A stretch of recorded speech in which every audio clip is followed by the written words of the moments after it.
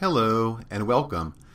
While other links in this column of JMU Writing Center's link library provide information about specific elements of the writing process, this video provides an overview of the writing process. Congratulations! If you're watching this, that means you've taken a serious interest in the writing process. Your interest can inspire you to write better assignments for all your classes, from English to marketing to chemistry and beyond, and thus get better grades in school and a better job once you're out of school. Your interest can also help you become better at critical writing and reading, and those skills build rhetorical or persuasive intelligence in particular. Intelligence in general is all about adaptability, and adaptable people not only survive but thrive. What is the writing process? People often assume they know, but their knowledge is often based on misconception.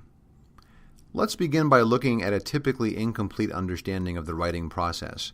You may think the writing process is straightforward or simple.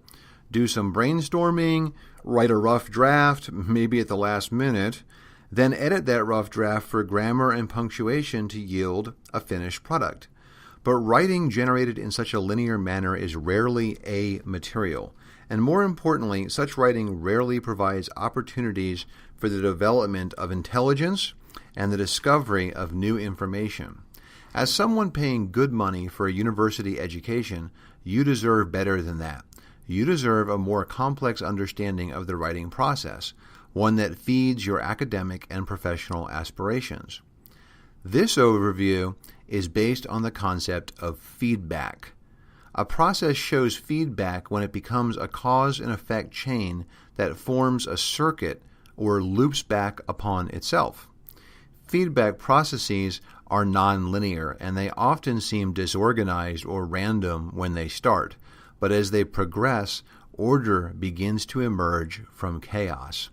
Feedback is found throughout nature, in rock music, and during everyday conversation. How does the writing process really begin? As every writer knows, it feels like it begins as chaos, as a pre-writing cloud of disorganized information, loosely connected thoughts, possible sources, and social media. In the beginning of the writing process, the sense of pure potential can be downright intimidating. Fortunately, every pre-writing cloud contains three interrelated seeds or questions around which the selection and initial organization of ideas can condense. These seed questions are: audience, who will be the primary and secondary readers of your writing? In writing, as in speaking, knowing your audience is crucial. As a student, your audience is usually an instructor, but it could be a classmate or a potential boss, too. A University Writing Center tutor is specially trained to be an effective audience for developing writers, and all writers are developing writers. The second pre-writing cloud seed question is occasion. What context or situation is encouraging you to write? Different situations call for different genres or kinds of writing. A report, an analytic essay, a cover letter for a job application. The final pre-writing cloud seed is purpose. What is the goal or aim of your writing? You're probably working to satisfy an instructor's assignment prompt, but maybe you want to generate some online content, demonstrate your argumentative powers, or apologize for behaving like an inconsiderate jerk. Occasion, audience, and purpose are essential considerations during the pre-writing phase of the writing process, which is also called the invention phase. But so are research and the gathering of sources, brainstorming and free writing, clustering and outlining, and discussion and pondering. Ideally, all these elements feed back upon or loop into each other, working synergistically to propel you towards your first draft. For example, after examining your instructor's assignment prompt, you might do some research, ponder the possibilities in terms of your own interests, do a little free writing or clustering, and have a focused discussion with an instructor or classmate. Based on those initial activities, none of which needs to have taken more than 10 to 30 minutes, you do some more research and some more free writing or clustering, then create an outline from which you write your first draft. Your first draft is another name for your rough draft. Here, rough means unfinished, and not just in terms of grammar and punctuation. Worry about those things later. Your first draft embodies your preliminary ideas and the organization of those ideas based on your free writing. In order to refine your ideas and organization, that is, in order to get to your second draft, you need to revise your first draft. Here, revision means to revision or see again. The revision process is the crucial part of the writing process that inexperienced writers often miss, and revision is all about feedback. Feedback is generated by whatever audience you can get to listen to or read your first draft while considering the occasion and purpose that prompted you to write it.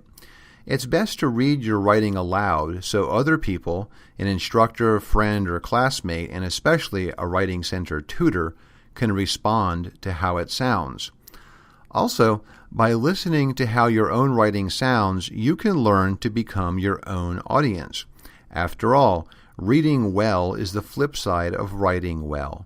Critical reading and critical writing feed back into each other.